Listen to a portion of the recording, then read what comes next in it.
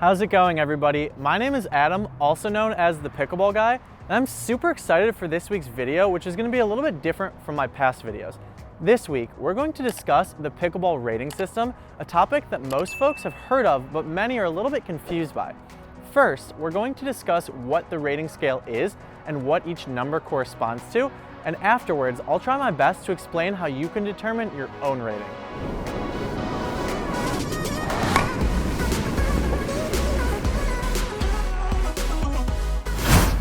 So before we can talk about how to determine your own rating, let's first talk about what the rating scale is and how it's broken down. In pickleball, players can be ranked anywhere from a 0, 1, or 2, which would be a beginner, all the way up to a 5.0 and above. If you're at, let's say, a 3.0 and you bump up to the next rating, it goes by half points, so your rating would jump to a 3.5.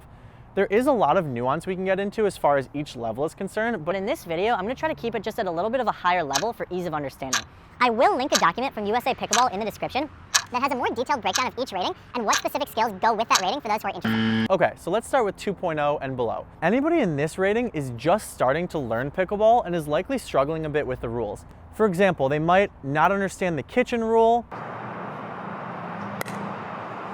or perhaps they forget how to keep score. Okay, 14, 6, 5. Once we get into that next 2.5 and 3.0 range, your understanding of the game and of the rules should be firm, but your understanding of strategy is still either non-existent or it's in its early stages. Players in this range might, for example, miss serves.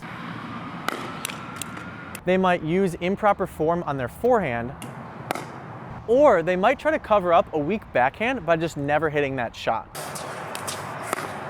Next, we arrive at the 3.5 and 4.0 levels. Once you reach 3.5 and 4.0, you're actively executing sound pickleball strategy, but the difference between 3.5 and 4.0 largely depends on how well you're executing the strategy. You'll find that the line between these two ratings can often get a little bit blurry, but you'll see 4.0 players having longer rallies, making fewer mistakes, and varying their pace just a little bit more often than the 3.5 level. Finally, the top tiers in pickleball are 4.5, 5.0, and above. At this level, you've essentially mastered all parts of the game, with the distinctions between 4.5, 5.0, and above just being how well you're actually setting up points and how many unforced errors you're making. At this level, you might be an absolute rock star and look a little something like this.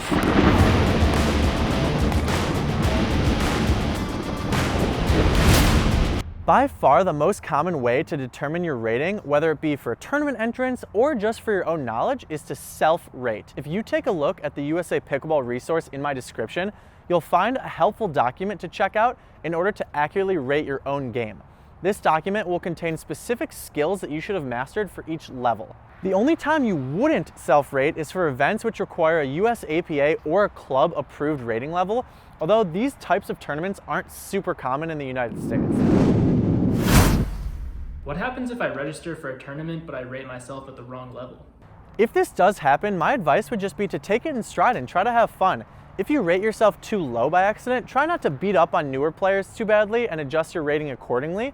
But if you rate yourself too high, again, just take it in stride, take that challenge on, and try to pay attention to what your opponents are doing well, so that way soon you can reach that rating. Now, Adam, I once heard you refer to yourself as a California 5 but a Michigan 8. Were you referring to your pickleball ratings? Okay, that is all the time we have for this week's FAQ section, folks. Let's move on. Since we're not focusing on one specific skill in this video, there's not one drill that I recommend for rating yourself.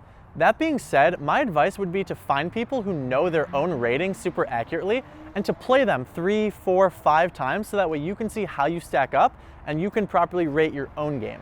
This way, you won't have to constantly be analyzing every single skill in a vacuum, but rather you can see where you slide in on that rating scale by playing with others. Folks, the time has once again come for me to leave you and to go find whoever leaked that clearly false quote that I said, or didn't say, I should say. Let's meet back here same time next week for a new video. Sound good? Okay, cool. I will see you all next week.